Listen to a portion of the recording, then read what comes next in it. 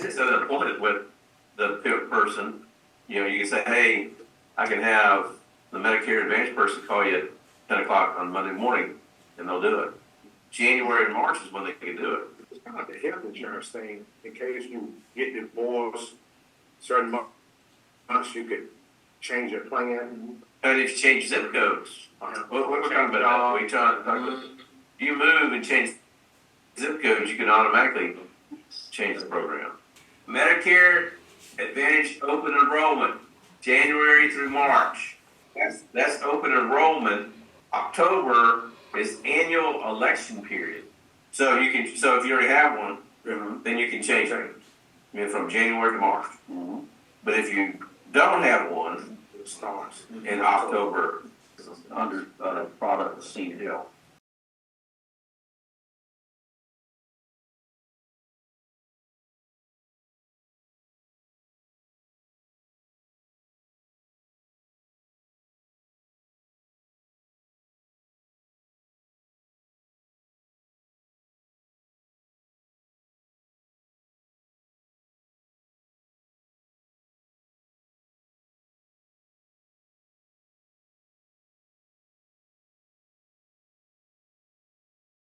But I would wait until the washout's going to happen this summer. Yeah. Right? I would buy it now. Yeah. I'd wait until it goes down to $500. And then I'd buy it. What makes you think it's going to do that? Because we always have a pullout in May and June. Yeah. We'll have an 8% pullback at least sometime this year. And when it happens, that's when you load up. VAFAX is 13.16 for the year. Yeah. Year to date. Yeah. Because it's got a technology side. Yeah. Yeah. It made 40% last year. Yeah. FRAX? No.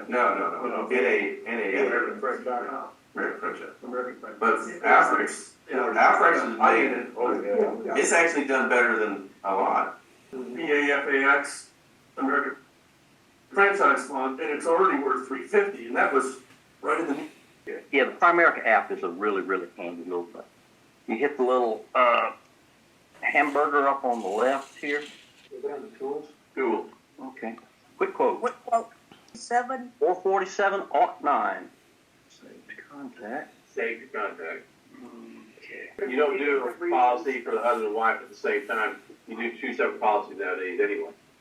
But when you write the policies, you're going to make the company the owner and the company the beneficiary. So even though they are the insureds, they're not going to be the owners or the beneficiaries. Copy of the corporate resolution. Well, the whole thing is 2 hours and 40 minutes. But the first hour and 6 minutes is Tom Hopkins condensing his 16-hour training into 1 hour. Wow. There's a lot of information. Well, Eric, I love when I have a chance to share ideas, concepts, ways for people to have a better life. And you and I as trainers realize that what a wonderful life we have, helping others embrace a better life because of what we teach. And so I'm excited to have this webinar. And I'm going to start off by saying that as I go through this, I've tried to put on some PowerPoint slides that you can kind of look at what we're saying. And there's so many different ways of learning, but I think if you hear a person's voice, as you are now mine, and then you read the content of the message on PowerPoint, it really doubles the impact of the retention of the training. So I'm going to start off with the basic understanding and belief that I have tried to carry on my back for the last 40 years, that everyone is in selling. Many years ago, Bob Hope needed a flight to get back to Burbank, and I just happened to be available to fly him in my plane. And I'll never forget, I asked him, I said, Bob, I train salespeople, and you are probably one of the most respected comedians in the world, and what do you think of selling? And I loved it. He smiled. He said, you know what? We're all in selling, and if my audience doesn't laugh, I just didn't make the sale. And I thought, wow, that's so amazing that people like Bob Hope, one of the grand, not only humorists, comedians, but a fine, fine man, would say, hey, I'm selling. And I'd love to have anyone listening realize that all in selling. And I will say this, I always have fun when I teach. And it's so important you understand the power of what I call the F word, not only in your everyday life, your business, your personal life, but in this message that Eric and I are sending, that the F word is focus. And people have to learn how to become focused. We have so many distractions in our world that keep us from being unfocused. So I hope that you that are joining us will totally close out anything happening in your world and maybe say, hey, we're going to spend the next couple hours, 2 or 3 hours, just focused on the message that Tom and Eric are sharing. And, years ago I love golf. I'm a passionate golfer. And I had the honor of playing, golf with one of the greats, Mark Calcavecchia. And he gave me, I told him about the importance of focusing when we play golf. And he said, Tom, focus only on the shot you're making and the good round will result. And I think that's important to understand, that when you focus, you have to live daily, almost moment to moment, focusing on the most productive thing possible at every given moment, which is something I've been teaching for many, many years. So as we get started in our webinar, I'd like you to look at the sales success puzzle. I try to make things visual, where in a way there are 7 steps, fundamentals, if you will, and all activities have fundamentals. And there's 7 fundamentals of selling anything, product or service. So I wanted to start off with our little puzzle here, because great selling, by the way, is puzzling to those that don't do well, and they don't understand why. And the reason is they probably haven't put this puzzle together properly and mastered all 7 pieces. Now, the first piece that we're going to talk about tonight is prospecting. It's a way of finding the right people. And as a sales representative, you must come up with the way to make more contacts, more quality activities, so that you end up with greater numbers of people, which, as we'll see, prospecting is finding the right people, but then you must also develop the skill to sell the right people. Then, of course, number 2 is the original contact. That piece is so important. We have a judgmental society. People in the first 10 seconds, they see you visually, and they're judging how you look. Then they hear you verbally based on what you say. And so they're putting all this data into their little subconscious minds, and they're saying, do I feel good about this person? So the original contact, which we're going to cover as puzzle piece number 2, is so important. Then puzzle piece number 3, qualification. It's a lost art. It's something most people in the field of sales, marketing, building a business, they don't realize what qualification even means, and we're going to dissect it tonight. Then, of course, number 4 is presentation. How you present the benefits of your offering in such a way that the desire to own it is so intense that they have no challenge in exchanging their money for the benefits they're receiving from your product. Then, of course, step 5 is addressing concerns. Now, I changed the word objections to concerns, and you'll hear why later. But addressing concerns is critical. No one can say yes to spend money on almost anything till they first come up with some type of no on why they shouldn't. So you must be good at how to handle the concerns to turn those no's into yeses. Then, of course, number 6 is probably what our little company, Tom Hopkins International, is known most for, which is teaching how you close the sale. And you cannot teach closing the sale unless you closed a lot of sales. And that's really what happened to me. The year that I was so fortunate to have everything billed properly, and I closed 365 home sales in 365 days in 1 year, averaging one a day. That's when the rumors started spreading that if anybody can close that many real estate sales, then they can teach me how to close a sale, which is our real fundamental difference in what we do as a seminar company. Teach people not just to excite people, to get them emotionally involved, but how to get the check, how to close the sale. Then, of course, number 7 is getting quality introductions, which really are referrals. And years ago, I thought many people are a little afraid to give referrals. They might have done it in the past and had a bad experience. So we call it quality introductions. So that is what we're going to be covering tonight, and I'm so thrilled to have a chance to do it. I'd like to also start off by saying, if you stopped me in an elevator and you said, Tom, what is the most important thing you do in the field of sales? I would say your number one goal in selling is you help people to like you, trust you, and want to listen to you.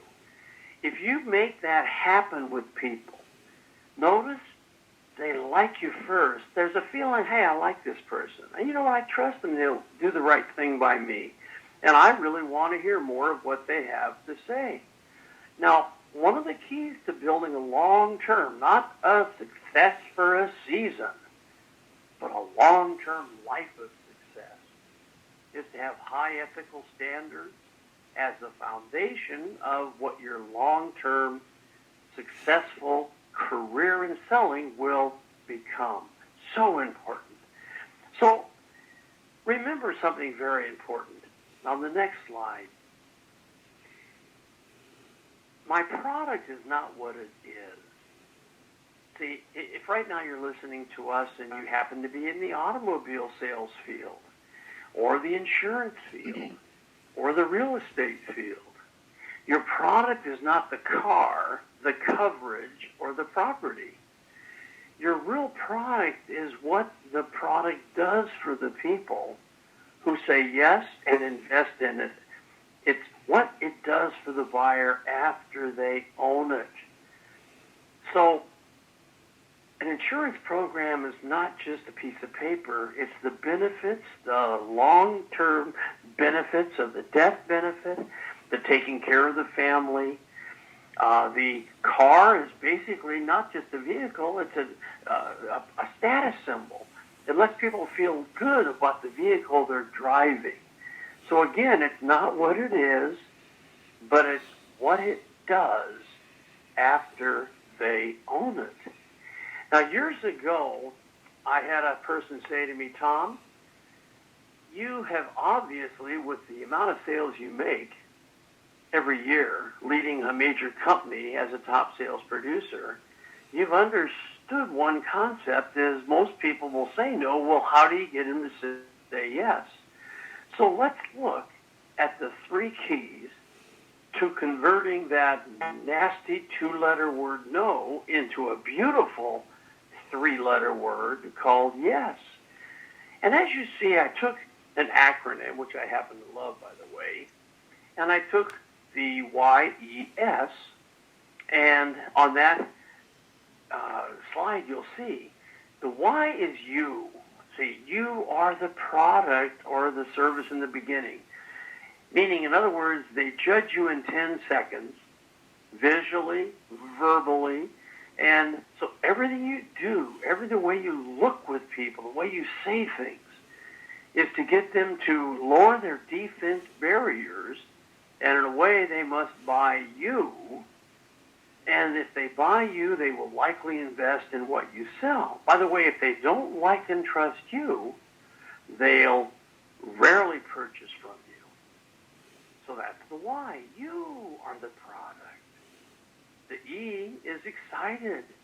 You must always be excited. See, I believe buyers say yes based more on your attitude, your belief, and conviction than your product knowledge or your technical skills. Stay excited. Stay enthused. Then, of course, the S is service. when you radiate your sincere desire to serve rather than just sell. Oh, yes, you sell, but serve first. You lower sales resistance. So let's start with that first piece of the puzzle, which is prospecting, finding the people to sell, then selling the people you find. Now, I believe today that effective networking is critical. You see, in social situations, the key in meeting people socially, and I hope all of you will try to go to as many events as possible where you can meet people. Organizations you can do two things with. You can support the organization, but you can also meet all the members. So the key is to be relaxed and casual. Talk about non-threatening subjects, such as the reason for the gathering, or a subject of common local interest. You also, in a social networking situation, you want to have some icebreaker questions at the ready, such as, and I'll give you an example. When I would go to a wedding, I knew the reception would be lighter, looser, and I had a goal of meeting every human being at the reception and talking with them. Then, of course, I would ask questions. Here's 4 great ones. How do you know the hosts? That'll get them talking. Do you folks live in the area? Great question. Get them talking about where they live. They'll then ask you where you live. Or if you notice any man or woman that has a lapel pin, just, very nicely, I couldn't help but notice your lapel pin. What organization does it represent? Or what type of business are you involved in? I had this goal, and I would talk to people. I would open up their discussions, and I would learn so much about people who eventually could, and many did, become my future clients. And then, of course, let's look at the in-business situations. Now, everyone knows why they're there. Be prepared to ask 1 or 2 quick questions of each person you meet, and to be able to explain what you do quickly and effectively. In my seminars, I have a little session called Write What You Do With Your Product for People in a 60-word presentation.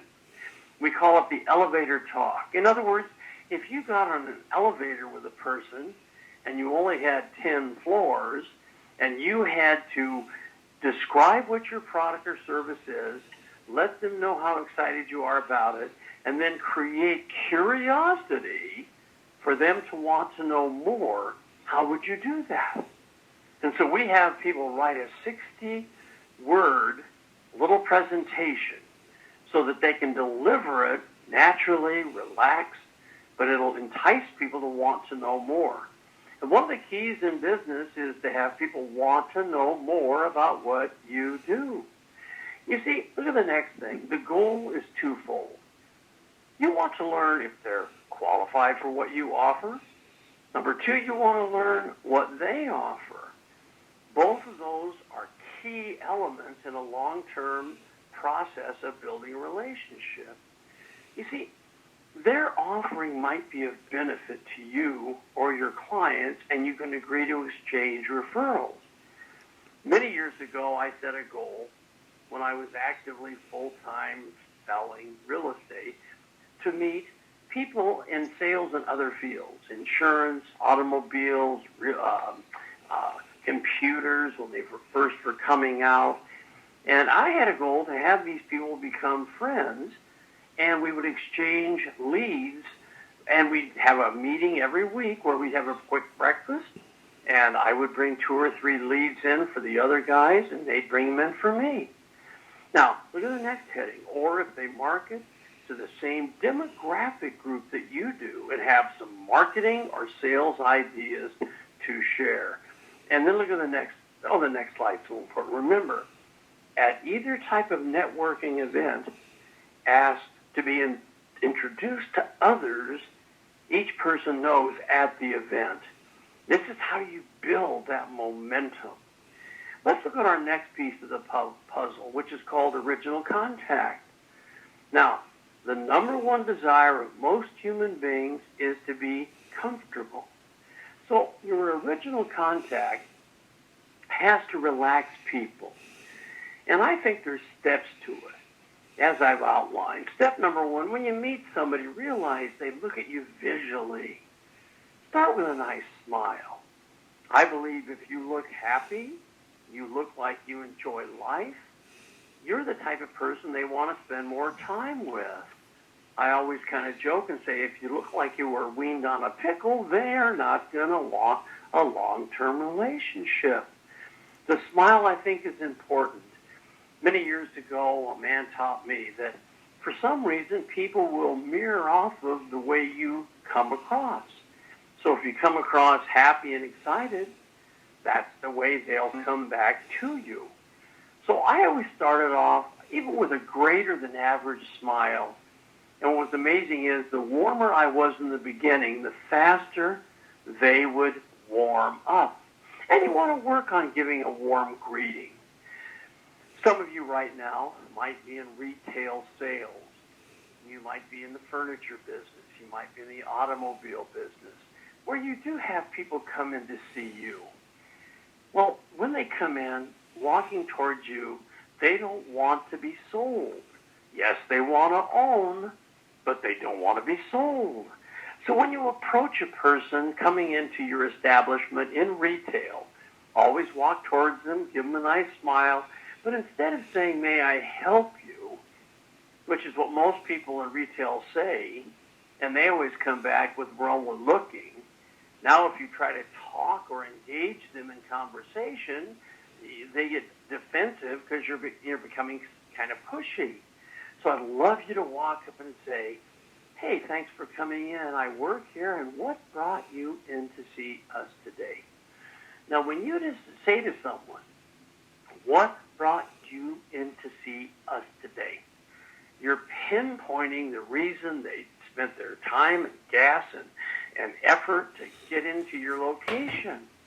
So you in retail, I'd love you to just make that your new beginning with people. "Hi, thanks for coming in. What brought you in to see us today?" You watch how nicely that works. Then, of course, I know some of you listening right now will agree with me that we all have a tendency, if we're not careful, to forget a person's name. And I know I did. I had that challenge. So I decided to make a little habit. Hopefully this will work for you. When you meet a person, repeat their names 4 times. Meaning, in other words, if I met you as a brand new client, John and Mary Brown, to myself, of course, I would say John and Mary Brown 4 times. Now, the reason I did this is it sticks. It'll stay there in your subconscious. You won't forget their names, which is so embarrassing. Also, step 3 is so important. Don't leave anybody out. You never know, at a table of 2 or a committee meeting of 10, who the decision maker is. And what's funny about business meetings, where there's 3 or 4 or 5 decision makers all sitting at a conference table, the one that might be the final decision maker to say yes, to invest the money in your product or service, might be the one that is kind of holding back, kind of hiding their importance. So whatever you do, make good eye contact with every person at the table. If you leave one person out, if for some reason you hit it off with this person and that person and the other person you don't look at much, they could be the one that finally decides yes to you, no to you, or let's talk to someone else. Also, to tune into someone, step number 4 is so important. You want to match their speed and volume of speech for about 90 seconds. Now, this takes a lot longer to teach than we have time for, believe me. But I'm going to say this very, very quickly. People like to do business with people like them, and there are people that don't like a fast talker. Now, you might be very glib, have a lot of wit, charm. You might talk very fast. Well, that's fine. If they're slow talkers, they'll be threatened by you as a fast talker. Now, the opposite is just as true. He might be a very A-type, outgoing, gregarious, fast talker. So if you talk too slow, he also will be a little irritated that you're not coming across fast enough. So I listen to people for about 90 seconds, maybe 2 minutes, and I say, okay, fast talker? Slow talker.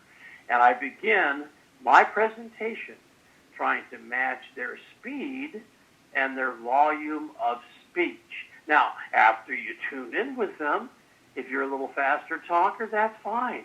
You just didn't start off threatening them with your speed or volume of speech. Step number 5 is so important. Always search. By that I mean you've got to be like a detective, almost in sales, where as a detective you search for what we call common ground. Now, one word is commonality, which is basically what do you have in common with them? There is a basic truth that people like to do business with people that are like them. So if I can come across by having something in common with them, this is called faster rapport building. It can be as simple as you drive up if you do in-home presentations, and in the driveway is a vehicle which happens to be the same make of your car. Doesn't need to be the same year, the same model, but it's the same make. Now that is commonality. You can ask them, hey, I've been driving this whatever, and I see you have one. How's it been for you? Commonality. If you happen to enjoy, for example, an in-home presentation, you enjoy art, as I do, which is one of my passions, and they have some very lovely art hanging on the walls, you can create commonality by talking about their art. If they have pictures of their children, and you have children, commonality. Try to find something that you have in common with them, because this does 2 things. They relax more because they feel you're more like them, and it'll help bring down defense barriers that people have in any selling situation. Now, step number 6, we try to give a sincere compliment. Oh, there's such truth in this, that flattery does work when it's sincere. I can't tell you the number of times in real estate that I would have a client, husband and wife, normally come into my office to maybe preview properties. And, she'd have a beautiful, big, nice diamond ring. And, of course, I'd say, wow, someone bought some security there. Your ring there is beautiful. See, that's a compliment to her and the ring, but also to her husband. Or let's say you walk into a home and you're doing in-home sales. And I mean, the home is beautiful. I used to compliment them. Mr. and Mrs. Johnson, I spend a lot of my time as a realtor in other people's homes. And I just have to say, you've done a beautiful job on your property. I will be flattered if I'm the agent you choose to bring it to the marketplace. Oh, yes, flattery when sincere does work. And now we go to that next piece of the puzzle, which, believe me, is puzzling for so many people, and that's called qualification. Years ago, when I started teaching this step, qualifying people, I thought I need an acronym. I need something that'll trigger the steps in qualification. And so what I decided to do was take the word needs, but I didn't spell it as you would the normal needs, N-E-E-D-S. I put it as N-E-A-D-S. And so we call this the qualification and the using of the needs formula. Each letter is a very important step in this fabulous qualification process. Now, the N in the word needs stands for now, as you see on the next slide. What do they have now? Now, there's a basic truth here. Show me your past, and it will tell me a lot about your future. So in the normal situation, if I know the product that you have owned in the past, it tells me what you were like in purchasing, and it also gives me clues to what you'll be like in a future purchase. So the now is very important. I used to sit people down when I was, selling real estate, and I'd simply say, John and Mary, before I select properties for you to preview today, would you do me a favor and just take a moment and tell me about the home that you have just sold as you've moved to our area? And I'd have them almost verbally tell me about the home. And in doing so, I started visualizing inventory, homes that we had for sale, that would look or be like the home they had. And then, of course, the E in the formula of needs is what do they enjoy about what they have now. Now, this is a selling term called hot buttons. Many people in looking at investing any product or service have already owned something like it in the past. They said yes to owning it based on one major need or enjoyment. What do they like about it? What do they really want again? It could be economy. It could be we want something that really shows how successful we are. It could be status. It could be keep up with the Joneses. They may have a friend that just bought something that's very nice and they want to keep up with the Joneses.